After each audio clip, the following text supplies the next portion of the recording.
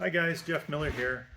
I just wanted to talk about one of my favorite moves in arm wrestling, and it's the sweep, and or at least the way that I define the sweep. Now, I think typically arm wrestlers define it as sort of sweeping to the side and pinning your opponent, which I think is a way that the sweep is executed often. My favorite arm wrestling technique video of all time is the one where John Brzenk is showing arm wrestling techniques, and it was taped back in around 2001 by Gord Squire in Calgary, Alberta, Canada. And that video is so beautiful because John is so beautifully showing what each move in arm wrestling is, at least the way he's categorized it. And he broke it into hand controlling top roll, posting top roll, sweep, hook, and press. And he also added flop press. So, of those moves, the sweep is the one that I think most arm wrestlers don't know exactly what it is. And what I think it is kind of a where you'd have a hand controlling top roll or a low hand top roll. You may start with your hand neutral position. This is radial, this is neutral, and this is ulnar. So for a hand controlling top roll, you might start neutral or even radial, but you will end up ulnar as you're rolling through the guy's hand. So when you're top rolling, it's like you basically are getting this ulnar position so your thumb is stronger and you're rolling through it. With the sweep, it's more neutral. It stays neutral.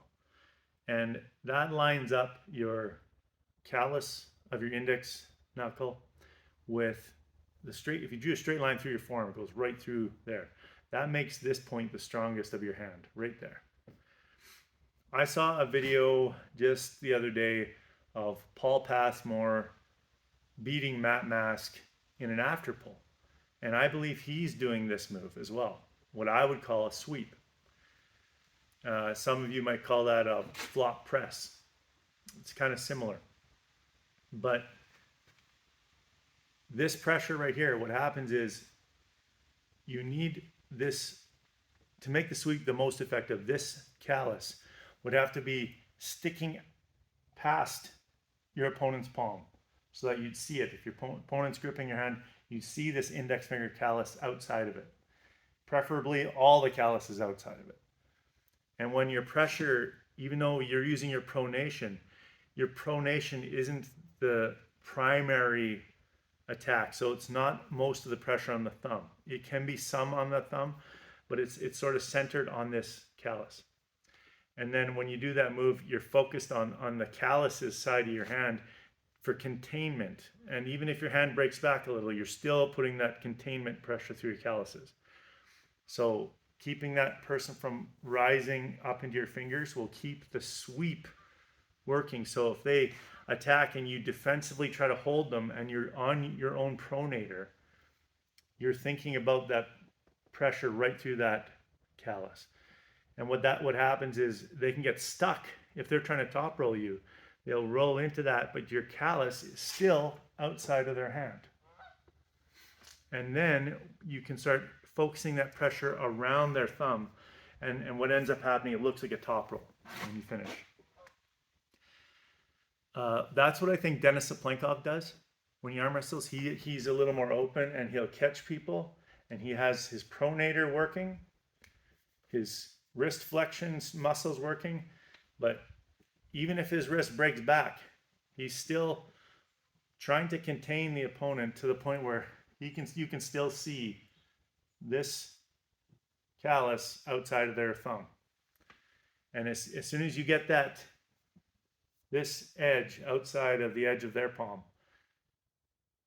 you can control that edge. So anyways, at which point, if the stop happens, then you just can pull back. That's what Denis Saplenkov does. John Brzenk seems to just, in the neutral position, like to control with a sweep if someone's trying to top roll him, and he will just go sideways. He's still pressure right through the calluses, and it's that control over the thumb edge of the opponent that makes that move work. That's it. Thanks.